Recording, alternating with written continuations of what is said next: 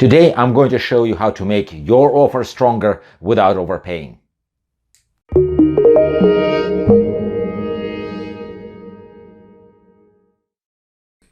Hi, this is Michael with the Talis team, Keller Williams, Palo Alto.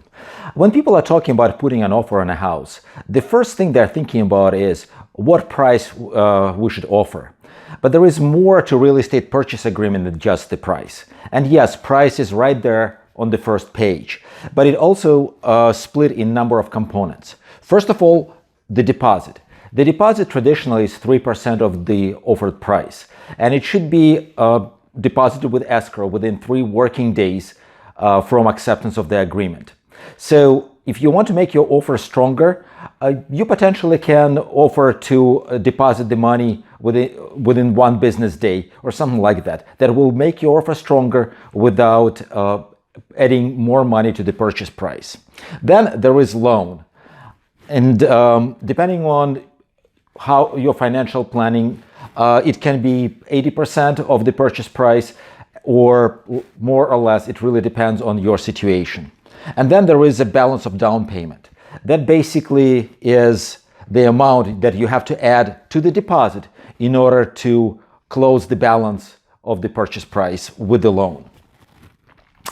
Then there is close of escrow.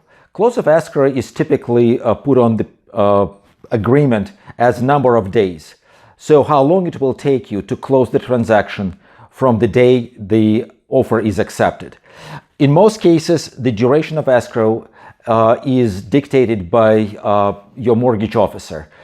Basically, that's the time, how long it takes for them to close your loan. Then contingencies.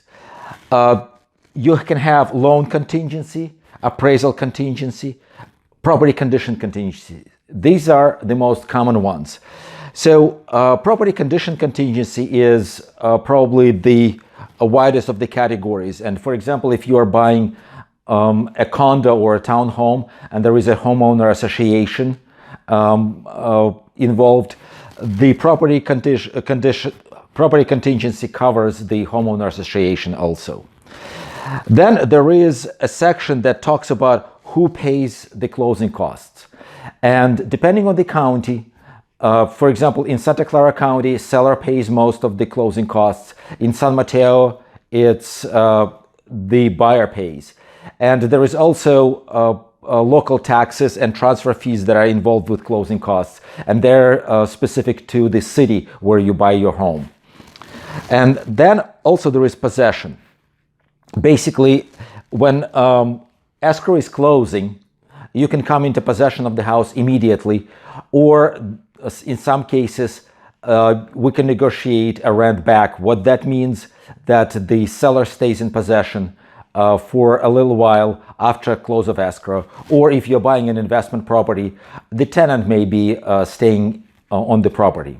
So when you're ready to make your offer, let's sit down and go over these terms with great details and make sure that you fully understand what we're offering and the conditions of the agreement that we're putting together. I'm looking forward to working with you.